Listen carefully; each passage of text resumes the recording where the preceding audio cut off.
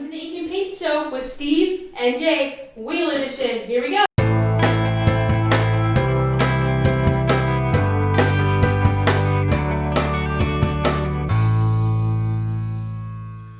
All right, guys, welcome to this episode of the Ink and Paint Show.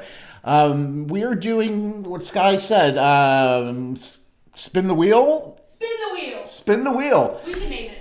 We should name the wheel. Maybe we'll go ahead and put that in the comments, what you guys want to go ahead and name this wheel. I like Kinda that. like it. Are you going to use this wheel in other J shows too? I imagine that this is going to be a multifaceted tool. This could be. This probably will be. But, yeah. So, I guess what we're going to go ahead and do, again, this is something new that we've never done before. But we're going to go ahead and basically we're going to spin the wheel, whatever topic it lands on. We're going to go ahead and Google that topic and see what everybody is looking at when they Google that topic. What everybody's talking about, and we're going to go ahead and do the same. Kind of put our 2 cents in. So, I guess we should probably get started. See how many topics we can get through today. All right, Skye. Let's do this. All right, let's do it. Spin that wheel. Come on, purple. Almost. Padded, guys. Almost. All right, so Obi Wan. Obi Wan. Let's see here. What comes up under Obi Wan? All right, so let's see. It looks like Ewan McGregor on why he's so excited to return to Star Wars. Steve, you want to go ahead and start on that?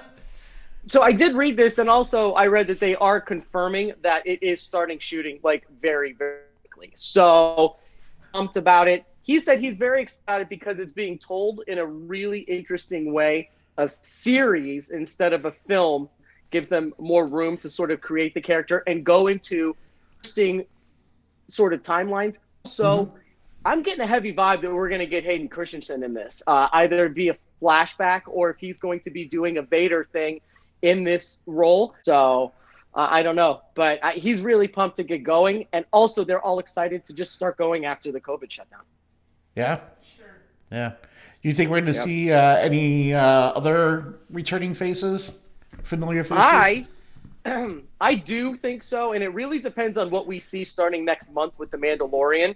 It seems to me like they got a lot of really great people involved for this next one, including Ahsoka, and they only said they're going to use Ahsoka in like one episode, and you know it's going to be finale. You know what? Dave Filoni doesn't always do it on finales.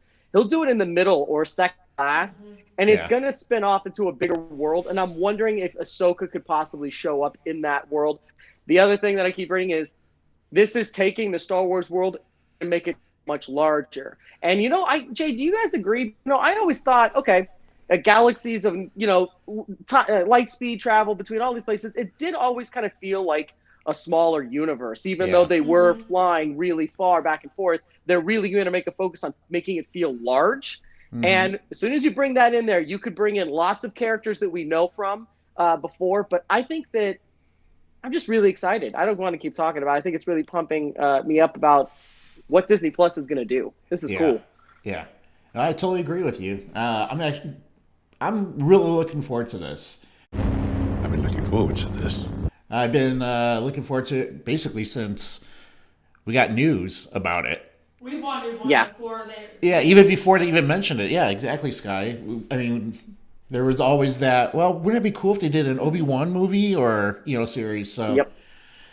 So, pumped, ready. Starts filming next month. Next month. So, do you think it's probably going to be a good year, right? Before we see anything on it? I would say easily. So, Mandalorian keeps on coming out in October. So, if they're filming it now, it could be a summer release, or it could even be something that comes out after The Mandalorian ends. So, it could be like fall, or where the Christmas release used to be for the films. I think it could be over there. You could be seeing like a good December release over there. Something big for people at home.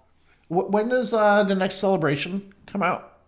Next celebration is 2021. Is it 21 or 22? Is it 22? It's 22. They skipped next year, and we talked about it before because it makes sense. There's nothing really to go over as far as film stuff goes, and bumping it back, they'll at least have an idea of what the storyline is going to be before they choose another director and then fire them. Fired. I beg your pardon? Fired. I mean, they keep doing that now, so who knows? Exactly. All right. Here we go. Spin that wheel!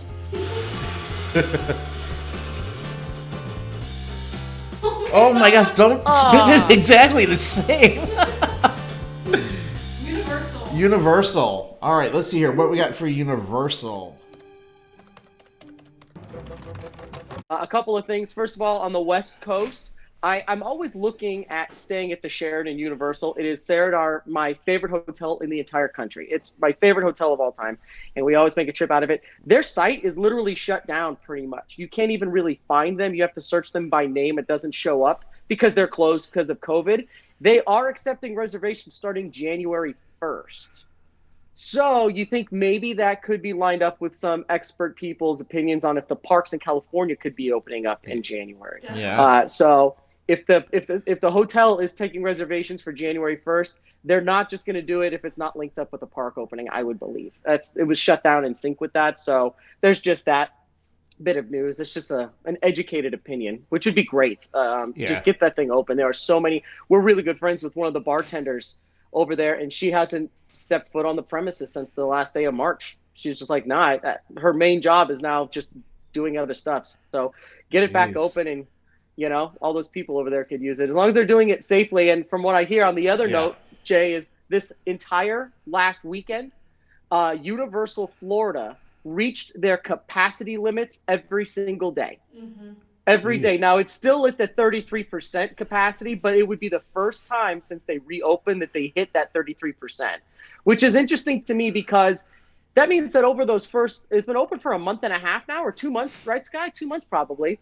And that means that after that entire time, they never hit that 33% cap. That means that at that whole time, people really are freaked out about going into public places.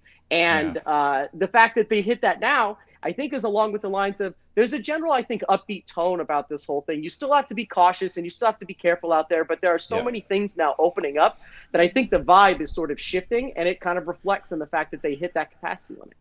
And then the other bit of Universal news is the Jurassic Park ride. Remember we showed them with the pictures of the raptors flying? Yeah. They were helicoptering them in or craning them in. They just opened up a bridge that has been blocked off for a little while. And that bridge goes right underneath that roller coaster. So the pictures, and I hate to credit this group because I really hate what they do, but go on Facebook and find Orlando Informer, the Orlando Informer, and go over there and look at their pictures. Jay, the roller coaster, and they're calling it the Raptor something. I can't remember. It's obviously not an official name. But it goes like 12 feet over your head. And this is a fast ride. So eventually when this ride is open, you're going to be able to walk on this bridge, and those ride people are going to be going all over. It's going to be something really cool to see. So I highly recommend going and checking out those photos. Really cool. All right, spin it, baby. Get that wheel.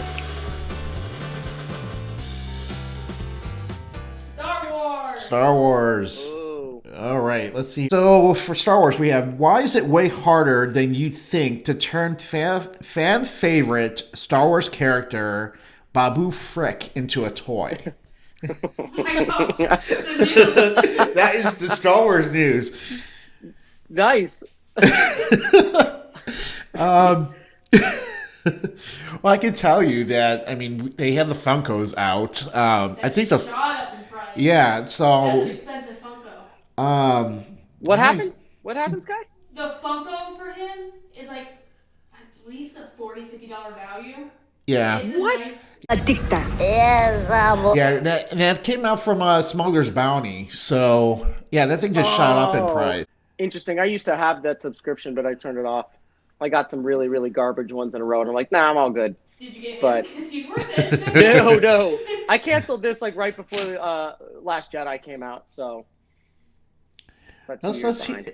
It says here that Mattel was having a hard time actually designing him. That seems like a really weird statement, being that they have literally designed every other Star Wars character from Sebulba to everybody else, but he's the one that they're having a hard time with. I don't get that at all. Supposedly, what's quoted here it says Babu was tough because even though he is so cute from a toy perspective, we aim to soften him up a bit without losing his essence. Basically, wanted to portray what people see when they think of Babu Frick, not a carbon copy of the amazing puppet. To make their own version of him. I understand Funko does that. That's their appeal. But Mattel, I mean, that's kind of their point, is to make them look like them. They don't make stormtroopers look goofy, or super cutesy. So I don't know. That seems odd to me, especially just because, like I said, Star Wars is all aliens and creatures and robots. Right. Why is this the one that they're having a hard time? I don't know. Especially because it's from a film that people universally have forgotten already. So... or that they wish that they had. Still, people talk about this movie all the time and hate it. Well, they have a picture of the toy here. We'll go ahead and throw that in so you guys can see it as well.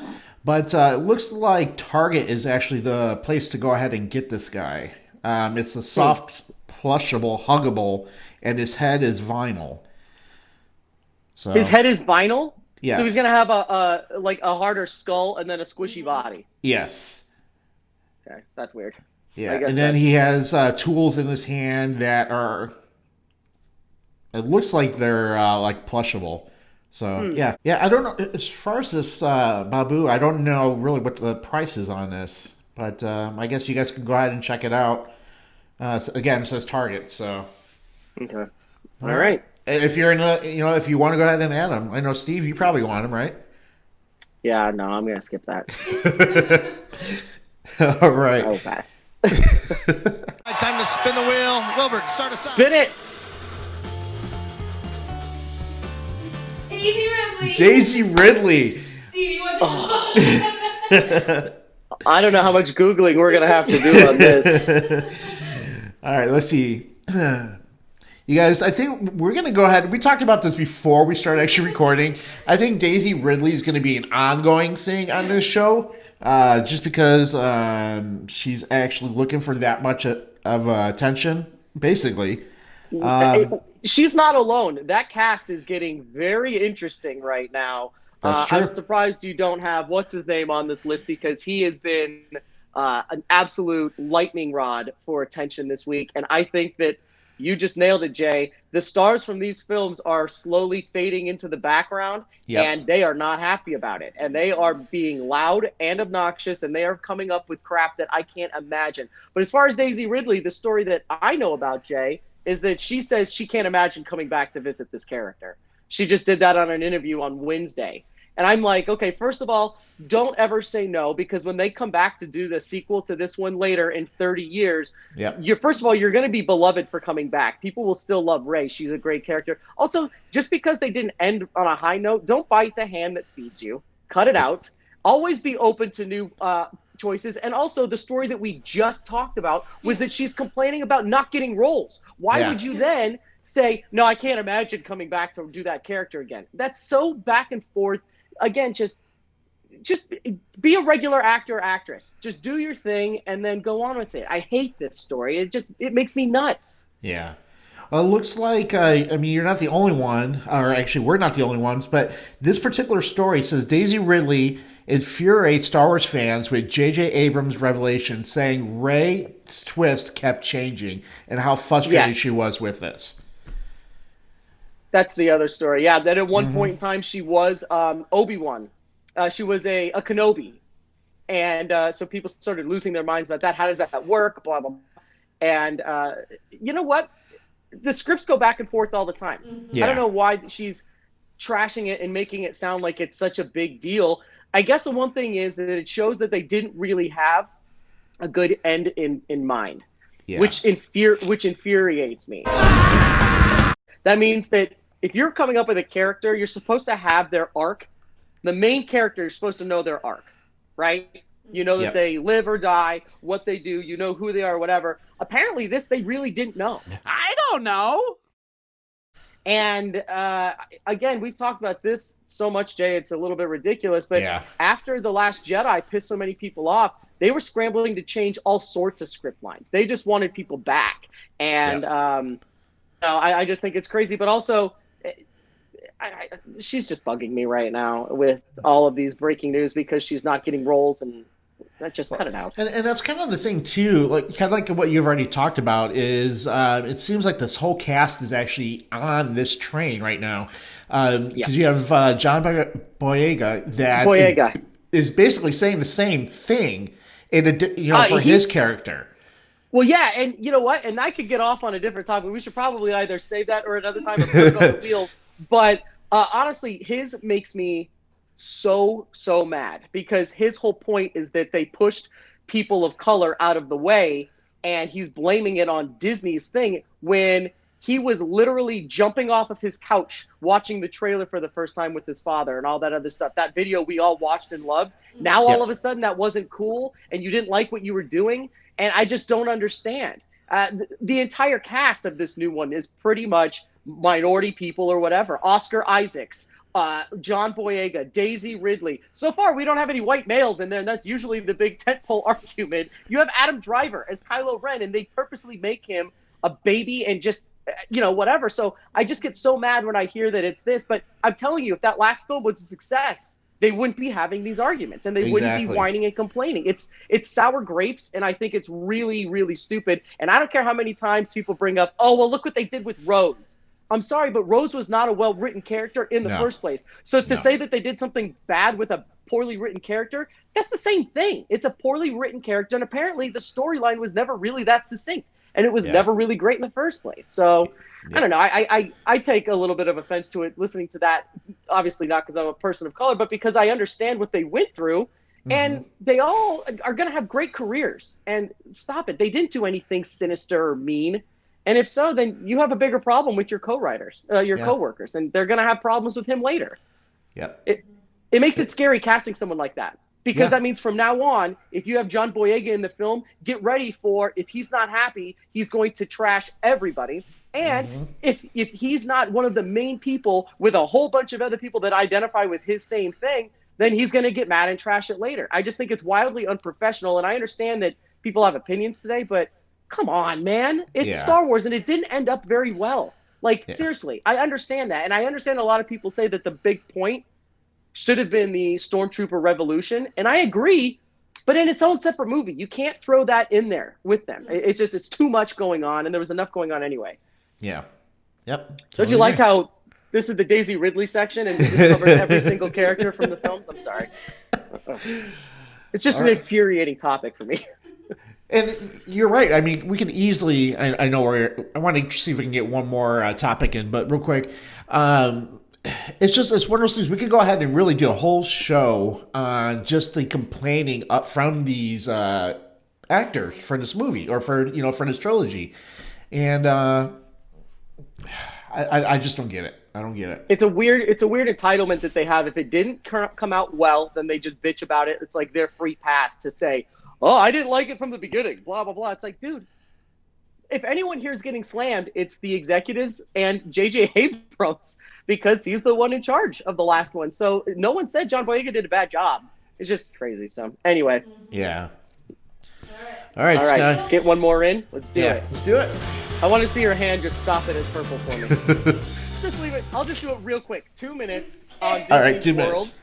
Go ahead. 2 minutes on Disney World because this is a very big deal, and I hyped it up on my show last week to tell people to watch this one. The the Polynesian Hotel in Disney World, which is their elite hotel, one of a few, but it is one of their really, really big ones, and it's the one that has Trader Sam's and everything like that. The Grand Polynesian. First of all, 2 sets of news on it. They have delayed its opening until summer of 21. So if you want to stay at the Grand Polynesian, you can't stay there till next. That's neither here nor there. That's just an announcement. Here's the thing that makes me absolutely insane. They are re-theming. Oh my God, it zoomed in on my face. They are re-theming the entire hotel based on Moana. Now, I detest that. I am Moana of Motunui. Because I don't like Moana, but at this rate, if you're taking their A-list and their super elite hotel and they're just theming it after a film, then there's nothing unique about it. Now it's just a movie-themed hotel again, and it bothers me that they're doing that. That'd be like them changing the one in California to anything, to Tarzan and something like that. I just think it's so dumb. Yeah, the Grand Californian would be changed to something in the woods. It's just, I just don't like it. I think that some of these things have to be staying where they're at, and some of them are classic. And I know that that's hypocritical because I like to see them change rides from time to time, but this one really bugs me. What do you guys think? Do you care, or was it sort of a non-story? I don't know. Okay, it could be a non-story. I might be the only person annoyed by this then. Oh, you have anything?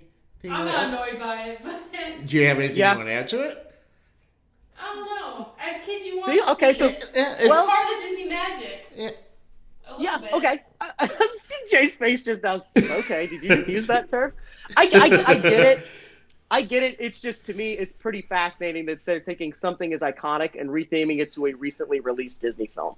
It doesn't make sense to me, but you don't care. Jay doesn't care. Apparently that means the marketing people also realize that people don't care, and I'm the only angry guy on a podcast talking about it. So, I'm all alone. cheers to the Polynesian. I never got to stay there, but I really wish I did. All right. On that sad note. So, that's all the time we have for. Did I say that backwards? That was like total Yoda right there. May the Force be with you. I like that. What other shows do you guys have coming up? So we have Sidekicks coming up Friday. And that's a Facebook live show. And that's where we sell toys and collectibles. Again, every Friday, 8 p.m. Central on Facebook. Then we have What the Jason. That should be actually coming out here in the next day. Just finishing that up. And I think that's it. Keeping it busy. Yeah. Yeah. Right on. All right, guys. So until next time, we'll see you later. Bye, everybody. Bye.